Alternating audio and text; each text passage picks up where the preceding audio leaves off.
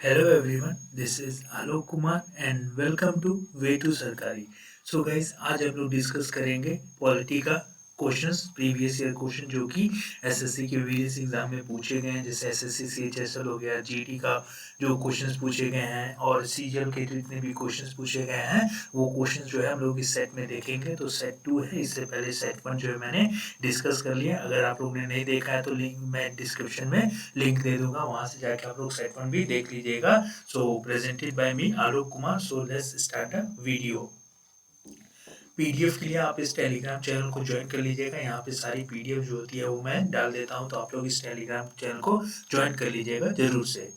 First question देखिए, what does the writ of mandamus means, मतलब first जो mandamus writ है उसका मतलब क्या होता है। तो फर्स्ट हम लोग डिस्कस करेंगे रिट जो वर्ड है ये हम लोगों ने कहाँ से लिया है। तो रिट वर्ड जो है ये लिया गया ब्रिटेन के कॉन्स्टिट्यूशन से लिए गए। और रिट जो होता है ये 5 टाइप के रिट होते हैं। रिट जो होता है वो कौन इशू कर सकता है, तो एनी हाई कोर्ट और सुप्रीम कोर्ट, कोई भी हाई कोर्ट और सुप्रीम कोर्ट जो है वो रिट इशू कर सकता है। सुप्रीम कोर्ट जो है वो रिट इशू कर सकता है अंडर आर्टिकल 32। अगर जो फंडामेंटल राइट्स है उसका वायलेशन हो रहा है तो सुप्रीम कोर्ट जो है वो रिट इशू कर सकता है अंडर आर्टिकल 32। और हाई कोर्ट जो है वो रिट इशू कर सकता है अंडर आर्टिकल 226 के अंदर जो है हाई कोर्ट रिट इशू कर सकता है। और हाई कोर्ट जो है वो फंडामेंटल राइट्स के लिए भी रिट इशू कर सकता है, प्लस लीगल राइट्स के लिए भी जो है वो हाई कोर्ट जो है वो जो है रिट इशू कर सकता है। तो पूछे अगर रिट के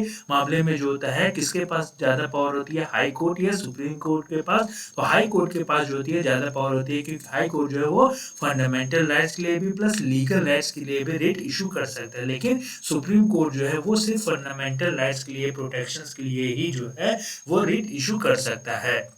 और रिट जो है कौन कौन से 5 टाइप के जो होते हैं वो रिट होते हैं। फर्स्ट आता है मैंडेमस, जो हमारा क्वेश्चन पूछा गया है। तो मैंडेमस का मतलब होता है वी कमांड। मैंडेमस का मतलब क्या होता है, वी कमांड जो होता है वो क्या होता है, मैंडेमस का मतलब होता है। मैंडेमस जो होता है ये इशू करा जाता है कोई भी पब्लिक अथॉरिटी। याद रखिएगा, मैंडेमस जो होता है वो इशू कर सकते हैं हम लोग सिर्फ कोई भी पब्लिक अथॉरिटी, यानी कि गवर्नमेंट ऑफिसेस में जो है हम लोग मैंडेमस इशू कर सकते हैं। मैंडेमस जो होता है कभी भी प्राइवेट या कोई भी जो मतलब गवर्नर जो प्रेसिडेंट होते हैं इन लोग के लिए कभी भी जो है मैंडेमस रिट जो है इशू नहीं हो सकता। और इसमें जो होता है क्वेश्चन करा जाता है कि आप अपना काम अगर मतलब अगर कोई भी जो ऐसे ऑफिसर है वो अपना काम अगर नहीं कर रहा है तो मैंडेमस रिट इशू करवा के हम लोग पूछ सकते हैं कि भाई तुम अपना काम क्यों नहीं कर रहा। तो ये जो होता है वो मैंडेमस आता है। सेकेंड आता है क्यो वारंटो रेट आता है। क्यू वारंटो का मतलब क्या होता है, यहाँ पे देखिए बाय व्हाट वारंट या by what authority. Quo warranto का मतलब क्या होता है, बाय व्हाट वारंट या बाय व्हाट अथॉरिटी से। जैसे मान लीजिए एग्जांपल अगर मैं देता हूँ कि कोई ए पर्सन है, ये क्या है, कोई ऑफिस है, ए पर्सन जो है वहाँ का हेड है और बी और सी जो है ये इसके एम्प्लॉयज है।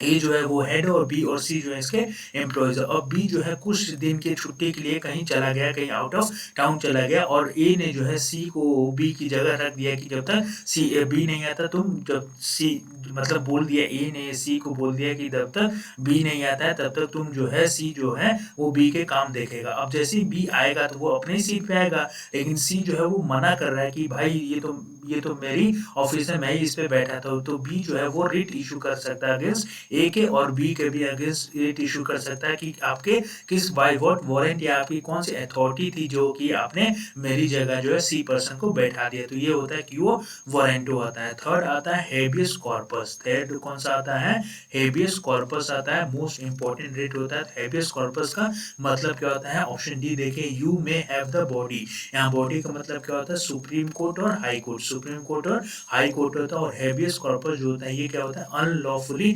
डिटेन। जब पुलिस जो होता है अनलॉफुली डिटेन कर लेती है, लॉ के अगेंस्ट जाके किसी पर्सन को पकड़ लेती है, तो उस समय जो रिट इशू करा जाता है वो कौन सा होता है, हेबियस कॉर्पस आता है। फोर्थ जो रिट आता है वो होता है प्रोहिबिशन होता है। क्या कर दिया, प्रोहिबिशन कर दिया, रोक दिया, मतलब डायरेक्शन दे दिया किसको, लोअर कोर्ट को, by the upper court to stop proceeding रोकने के लिए जो है डायरेक्शन दे दिया किसको, लोअर कोर्ट को। किसने, हायर कोर्ट ने। तो वो कौन सा होता है, प्रोहिबिट कर दिया, उसे रोक दिया। और फिफ्थ आता है शेरिशरी आता है। जो फिफ्थ जो हमारा रेट आता है वो कौन सा होता है, शैक्षी होता है, टू बी सर्टिफाइड। जो ऑप्शन सी जो होता है इसका मतलब होता है शैक्षी मतलब टू बी सर्टिफाइड करना। तो इसका करेक्ट आंसर है option A, we command. We command जो है इसका करेक्ट आंसर हो जाएगा। नेक्स्ट क्वेश्चन पे हम लोग चलते हैं। Next question, answer the following questions bye selecting the most appropriate options हम लोग को सेलेक्ट करना है। The proposal for the creation of knew all India services can be considered only. First of all India services की हम लोग बात करेंगे तो ऑल इंडिया सर्विसेज जो है आर्टिकल 312, आर्टिकल 312 के अंदर जो है ऑल इंडिया सर्विसेज लिखा गया। और who is known as the father of all India services, father जो होता है ऑल इंडिया सर्विसेज का किसे बोला जाता है, तो फादर बोला जाता है ऑल इंडिया सर्विसेज के सरदार वल्लभ भाई पटेल। सरदार वल्लभ भाई पटेल जो है उनको क्या बोला जाता है, फादर बोला जाता है सरदार ऑल इंडिया सर्विसेज के। And who is known as the father of civil servants in India, father of civil service जो होता है वो किसे बोला जाता है, तो फादर ऑफ सिविल सर्विस बोला जाता है लॉर्ड कॉर्नवालिस। लॉर्ड कॉर्नवालिस जो होते हैं वो उनको क्या बोला जाता है, father of civil service in India बोला जाता है। और ऑल इंडिया सर्विसेज जो है ये ऑल इंडिया सर्विसेज के अंदर 3 सर्विसेज आते हैं, IAS Indian administrative service, IPS Indian forest Indian police service, and IFS आता है इंडियन फॉरेस्ट सर्विस है। याद रखिएगा इंडियन फॉरेस्ट सर्विस है, not foreign, Indian forest service. और ऑल इंडिया सर्विसेज का जो बिल होगा वो कहाँ से स्टार्ट होगा, तो ऑल इंडिया सर्विसेज का जो बिल होगा वो राज्यसभा से ही स्टार्ट होगा। याद रखिएगा ऑल इंडिया सर्विसेज का जो बिल होगा वो कहाँ से स्टार्ट होगा, राज्यसभा से ही स्टार्ट होगा। और राज्यसभा जो है इसको कौन से मेजोरिटी से पास करती है, तो स्पेशल मेजोरिटी यानी कि 2/3 जो है स्पेशल मेजोरिटी कैसे बोला जाता है, 2/3 जो होता है वो क्या होता है, स्पेशल मेजोरिटी से इस बिल को जो है वो पास करती है। तो इसका करेक्ट आंसर कौन सा हो जाएगा, option C, if Rajya Sabha passes a resolution. अगर राज्यसभा जो है वो क्या कर दे रही है, पास कर दे रही है रेजोल्यूशन बाय 2/3 मेजोरिटी से, तो ऑल इंडिया सर्विसेज बनाया जा सकता है। तो ऑप्शन सी जो है इसका करेक्ट आंसर हो जाएगा, if Rajya Sabha passes a resolution bye 2/3 majority.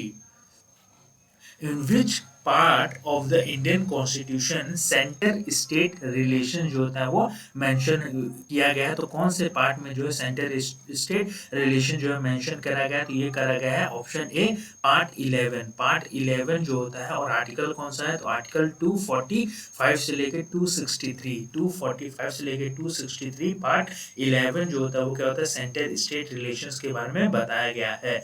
Option B देखिए पार्ट 4 आर्टिकल 36 से 51 जो होता है ये क्या होता है, डीपीएसपी होता है, directive principle of state policy होता है। और directive principle of state policy हम लोग ने कहाँ से बोरो करा है, तो आयरलैंड से बोरो करा है। और आयरलैंड ने खुद कहाँ से बोरो करा था, तो ये स्पेन के कॉन्स्टिट्यूशन से इन्होंने बोरो करा था। यहाँ पे देखिए पार्ट 5 जो होता है आर्टिकल 52 से लेके 151, ये जो होता है ये क्या होता है, यूनियन गवर्नमेंट का जो आर्टिकल पार्ट जो होता है, यूनियन गवर्नमेंट का पार्ट जो होता है, पार्ट जो होता है पार्ट, अच्छा ये पार्ट 10 है, पार्ट 5 इसको कर लीजिए, पार्ट 5 कर लीजिए। तो पार्ट 5 जो होता है आर्टिकल 52 से लेकर आर्टिकल 151 जो होता है यूनियन गवर्नमेंट। अगर पूछे एग्जाम में कि यूनियन एग्जीक्यूटिव का आर्टिकल जो होता है वो कौन सा होता है, तो यूनियन एग्जीक्यूटिव का आर्टिकल होता है आर्टिकल 52 से लेकर आर्टिकल 76, आर्टिकल 52 से लेकर आर्टिकल 76 जो होता है यूनियन एग्जीक्यूटिव का होता है। यूनियन एग्जीक्यूटिव के अंदर कौन कौन आते हैं, president, vice president, prime minister plus इनके काउंसिल्स ऑफ मिनिस्टर और attorney general of India. Attorney general of India, president, vice president, prime minister plus उनकी काउंसिल्स ऑफ मिनिस्टर जो होता है ये यूनियन एग्जीक्यूटिव का पार्ट बनते हैं, जिनका आर्टिकल होता है 52 से लेकर 76 जो होता है, ये जो होता है इनका जो है मतलब आर्टिकल होता है।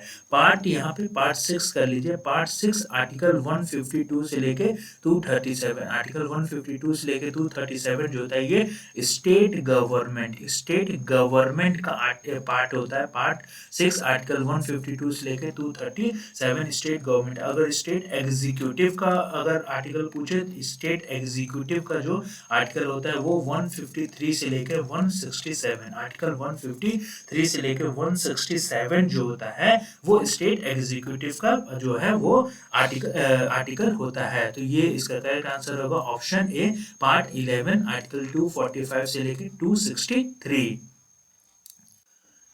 Who headed union power committee of the constitution assembly? जो कॉन्स्टिट्यूशन असेंबली की यूनियन पावर कमेटी बैठाई गई थी, बनी थी, उसके हेड कौन थे?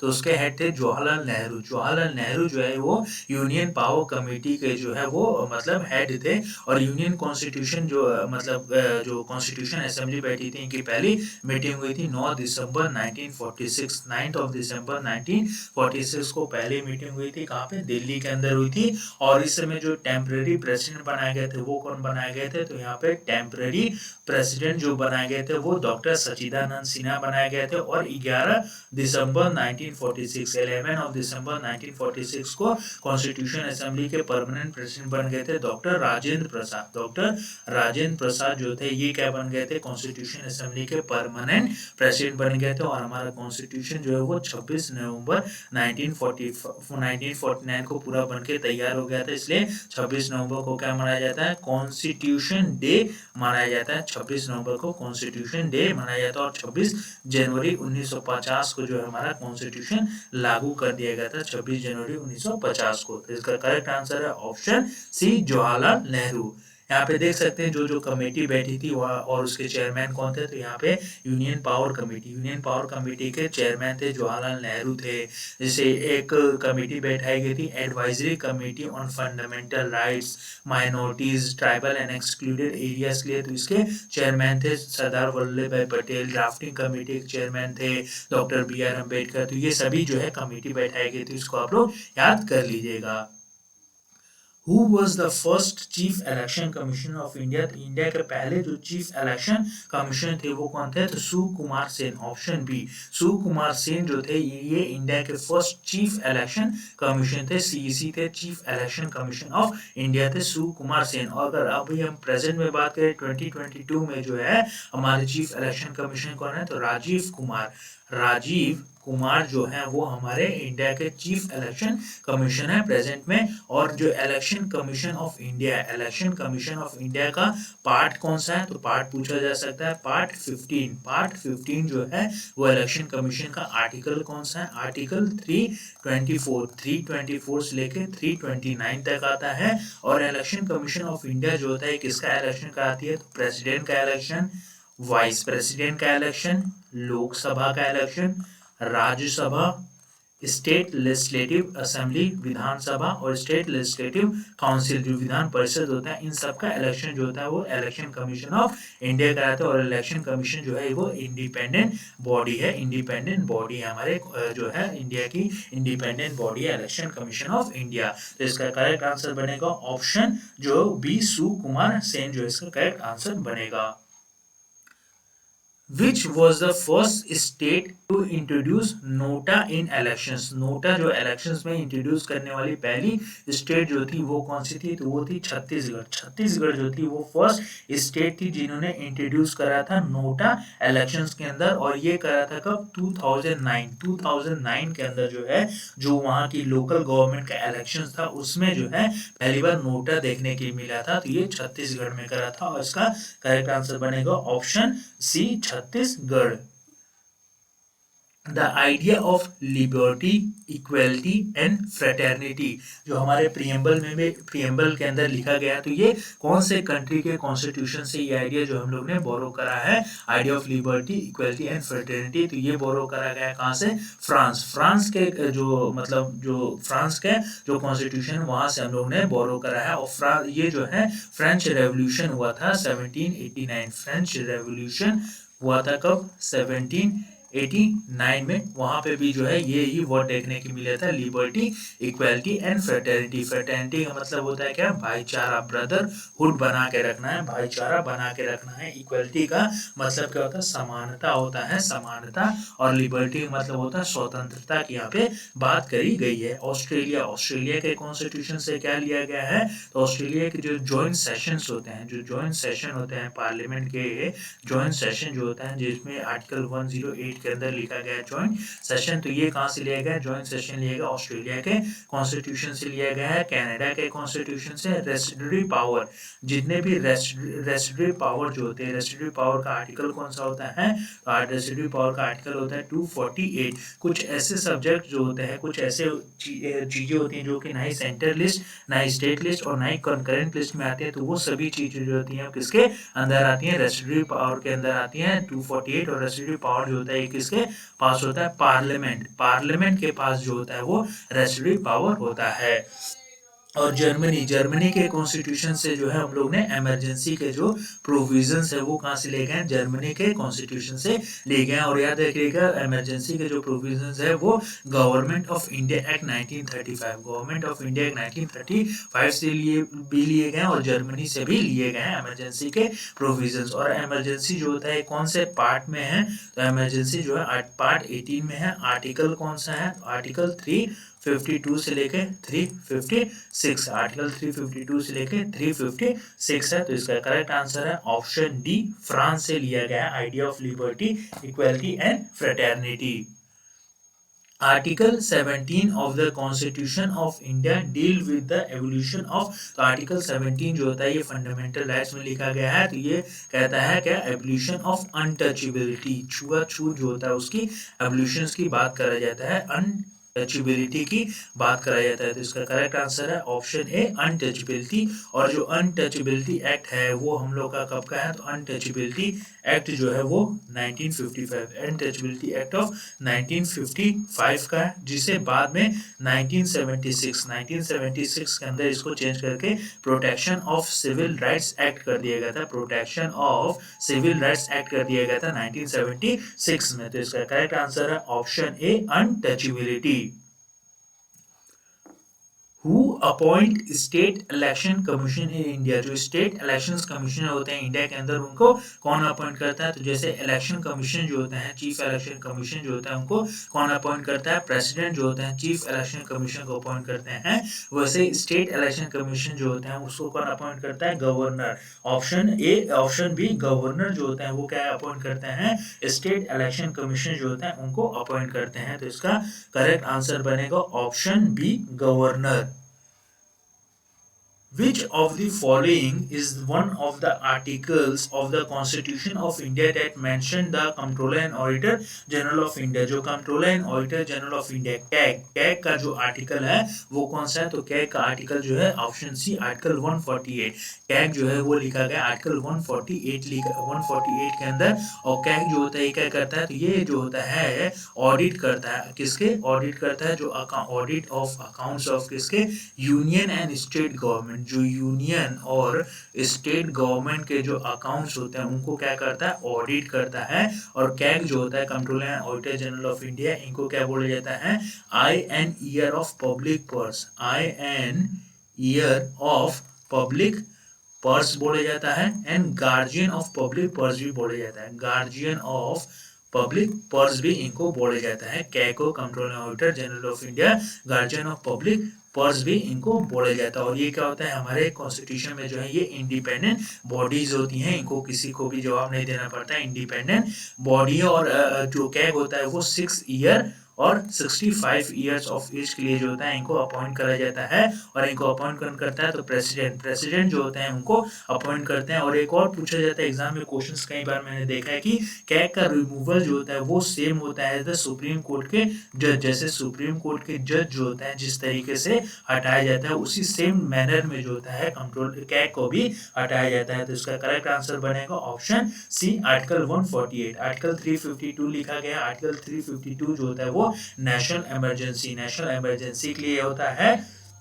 और नेशनल इमरजेंसी जो होती है वो 3 रीजन की वजह से लगती है। एक आता है वॉर, सेकेंड आता है external aggression, war and external aggression, और थर्ड आता है कौन सा, थर्ड कौन सा आता है, आर्म्ड रेबिलियन, सैन्य विद्रोह जिसे बोला जाता है। और ये जो आर्म रिविलियन जो वर्ड है, ये पहले क्या था, इंटरनल डिस्टर्बेंसेस नाम से जाना जाता था। आर्म रिविलियन को पहले इंटरनल डिस्टर्बेंसेस बोला जाता था, लेकिन इंटरनल डिस्टर्बेंसेस को 44th amendment act 1978, 44th amendment act 1978 में जो है इसको चेंज करके क्या कर दिया गया था, आर्म रिविलियन कर दिया गया था। और जो मतलब जो इमरजेंसी लागू करने की जो अथॉरिटी होती है वो किसके पास होती है, प्रेसिडेंट के पास होती है। आर्टिकल 280 लिखा गया, ये जो होता है फाइनेंस कमीशन, फाइनेंस कमीशन जो आर्टिकल होता है वो कौन सा होता है, आर्टिकल 280 होता है। और फाइनेंस कमीशन जो होता है, अभी इंडिया के 15th फाइनेंस कमीशन जो है वो कौन है, एन.के. सिंह, एन.के. सिंह जो है वो इंडिया के 15th फाइनेंस कमीशन है। तो इसका करेक्ट आंसर है option C, article 148। Which of the following articles of the Constitution of India guarantees the right to freedom of religion? मतलब कौन से आर्टिकल में जो है right to freedom of religions की जो है लिखा गया, तो ये लिखा गया आर्टिकल 25 से लेकर 28 तक। जो हमारे फंडामेंटल राइट्स हैं, फंडामेंटल राइट्स का पार्ट कौन सा है, तो फंडामेंटल राइट्स के पार्ट है पार्ट 3, आर्टिकल 12 से लेकर 35 तक। और हम लोग के पास 6 फंडामेंटल राइट्स हैं। कौन कौन से हैं, तो फर्स्ट आता है राइट टू इक्वलिटी। फर्स्ट जो हमारा फंडामेंटल राइट है वो कौन सा होता है, राइट टू इक्वालिटी आता है, जिसका आर्टिकल कौन सा है, आर्टिकल 14 से लेके 18 तक जो होता है वो राइट टू इक्वालिटी। सेकंड जो हमारा फंडामेंटल राइट्स है, right to fraternity, sorry right to freedom, right to freedom है, सॉरी राइट टू, सेकंड जो फंडामेंटल राइट्स है राइट टू फ्रीडम जो कि है आर्टिकल 19 से लेके 22 तक। थर्ड जो होता है right against exploitation, right against exploitations का आर्टिकल आता है, राइट अगेंस्ट एक्सप्लॉयटेशन जो कि आर्टिकल 23 से लेके 24 तक आता है। फोर्थ जो होता है right to freedom of religion, right to freedom of religion 25 से लेकर 28 तक है। फिफ्थ जो होता है cultural and educational right, cultural and educational right आता है जो कि 29 से 30 आता है। और 6 जो होता है वो कौन सा है, right to constitution remedies, right to constitution remedy जो कि आर्टिकल है 32। और आर्टिकल 32 को डॉक्टर बी.आर. अम्बेडकर जी ने क्या बोला था, heart and soul of the Indian constitution, heart and soul of Indian constitution बोला था आर्टिकल 32 को। कौन, किसने, डॉक्टर बी.आर. अम्बेडकर ने बोला था। तो इसका करेक्ट आंसर बनेगा ऑप्शन डी, आर्टिकल 25 से लेकर 28 तक जो होता है right to freedom of religion होता है। Which of the following power does not belong to the prime minister? Prime minister के लिए जो होता है इनमें से कौन सी पावर जो होती है उनके पास नहीं होती है। ऑप्शन ए देखिए, advise president to appoint other minister, ये पावर जो होते हैं इनके पास होती है आर्टिकल 75। आर्टिकल 75 जो है उसमें लिखा गया है कि प्राइम मिनिस्टर जो होता है उनको कौन अपॉइंट करता है, तो प्राइम मिनिस्टर को अपॉइंट करते हैं प्रेसिडेंट, प्रेसिडेंट जो होता है प्राइम मिनिस्टर को अपॉइंट करते हैं। और प्रेसिडेंट जो होता है वो नॉमिनेट करते हैं किसको, जो काउंसिल्स ऑफ मिनिस्टर्स होते हैं, उनके जो मिनिस्टर्स होते हैं उनको नॉमिनेट करते हैं। और जो काउंसिल्स ऑफ मिनिस्टर को अपॉइंट कौन कर देता है, तो प्रेसिडेंट जो होता है अपॉइंट करते हैं, लेकिन नॉमिनेट कौन करता है, प्राइम मिनिस्टर जो होता है नॉमिनेट करते हैं। तो ये करेक्ट ऑप्शन बनेगा option B, preside over the meetings of the councils of minister, की जो मीटिंग्स होते हैं उस पर प्रिसाइड करते हैं, क्योंकि काउंसिल्स ऑफ मिनिस्टर के हेड कौन होते हैं, तो काउंसिल्स ऑफ मिनिस्टर के हेड होता है prime minister. C, guide direct control and coordinates all ministers, guide करते हैं कंट्रोल करते हैं जितने भी मिनिस्टर्स होते हैं। अपॉइंट अदर मिनिस्टर नहीं, ये जो है ऑप्शन डी जो है ये नहीं बनेगा कि ये किसी को भी अपॉइंट नहीं करते हैं। वो क्या करते हैं, प्राइम मिनिस्टर नॉमिनेट करते हैं और नॉमिनेट कर देते हैं। और जो मतलब जो काउंसिल ऑफ मिनिस्टर को अपॉइंट कौन करता है, तो अपॉइंट प्रेसिडेंट करते हैं, लेकिन नॉमिनेट जो है वो प्राइम मिनिस्टर करते हैं। तो इसका करेक्ट आंसर बनेगा option D. The Supreme Court had declared access to the internet a fundamental rights है under article dash of the Indian constitution. मतलब सुप्रीम कोर्ट ने बोला है कि जो हमारा जो इंटरनेट का राइट है वो क्या है, हमारा फंडामेंटल राइट्स है। तो ये कौन से आर्टिकल में बोला, तो ये बोला आर्टिकल 19। आर्टिकल 19 जो होता है एक होता है, आर्टिकल 19 होता है freedom of speech, freedom of speech and expression, freedom of speech and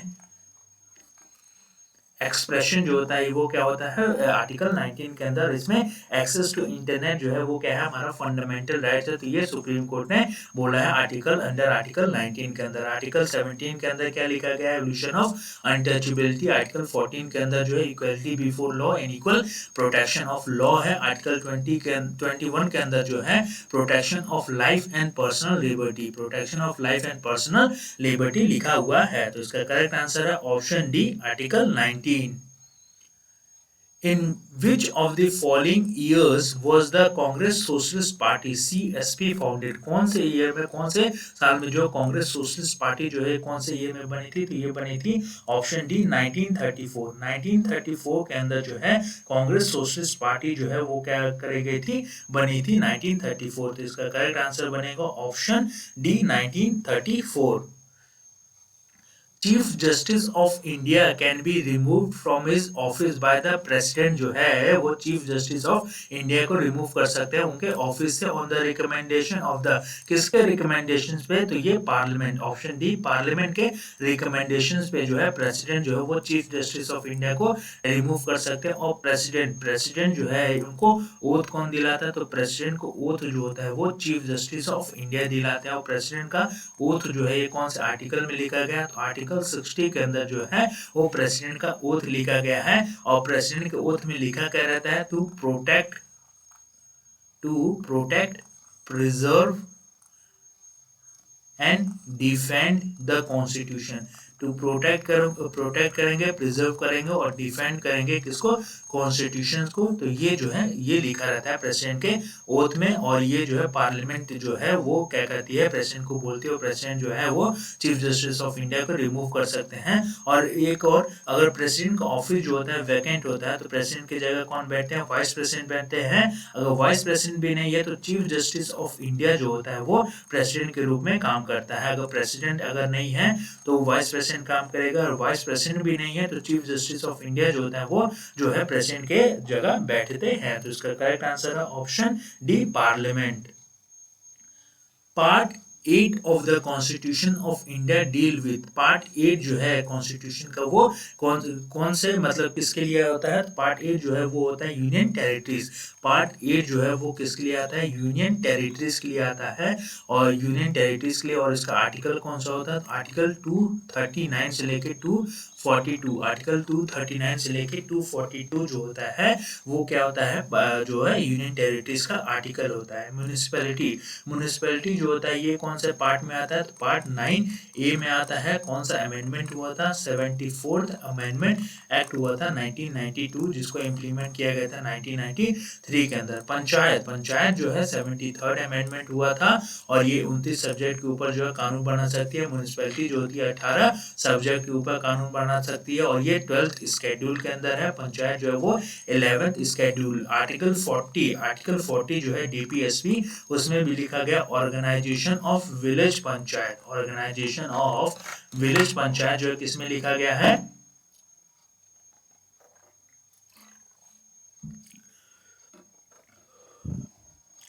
organisation of village panchayat जो है ये लिखा गया आर्टिकल 40 के अंदर। पानी में पी रहा था एक्चुअली, तो आर्टिकल 40 के अंदर लिखा गया ऑर्गेनाइजेशन ऑफ विलेज पंचायत लिखा गया। तो इसका करेक्ट आंसर है option C, union territories.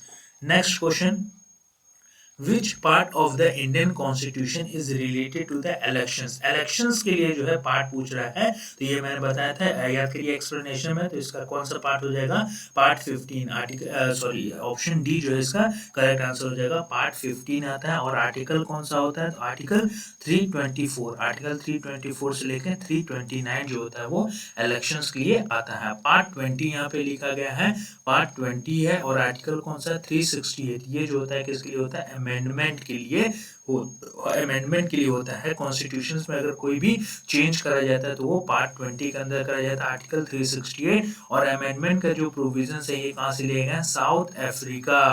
South Africa के कॉन्स्टिट्यूशन से हम लोग ने बोरो करा है। यहाँ पे लिखा गया है पार्ट 10 जो होता है ये किसके लिए होता है? सेंटर स्टेट रिलेशंस, नहीं सॉरी सेंटर स्टेट रिलेशन के तो पार्ट 11 होता है। पार्ट 10 जो होता है वो होता है स्केड्यूल और ट्राइबल एरिया। जो स्केड्यूल्ड और हमारे जो ट्राइबल एरियाज होते हैं उसके लिए पार्ट जो है 10 आता है। और आर्टिकल कौन सा होता है? Article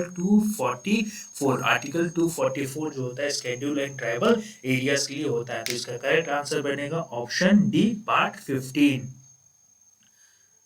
Which part of the Indian Constitution contains the provision with respect to the cooperative societies? cooperative societies के लिए जो है कौन सा पार्ट आता है? तो ये आता है option D, part 9B। Part 9B आता है। और आर्टिकल कौन सा है? तो कोऑपरेटिव सोसाइटीज का आर्टिकल है 43B, आर्टिकल 43B। और कोऑपरेटिव सोसाइटी जो है ये कौन सा अमेंडमेंट में ऐड करा गया था? 97th अमेंडमेंट एक्ट 2011 में जो है वो कोऑपरेटिव सोसाइटीज के लिए अमेंडमेंट हुआ था। तो इसका करेक्ट आंसर है option D, part 9B। Part यहाँ पे 6 लिखा गया है। पार्ट 6 जो होता है वो किसके लिए होता है? तो स्टेट गवर्नमेंट के लिए होता है। याद करिए, स्टेट गवर्नमेंट के लिए होता है। आर्टिकल 152 से लेके आर्टिकल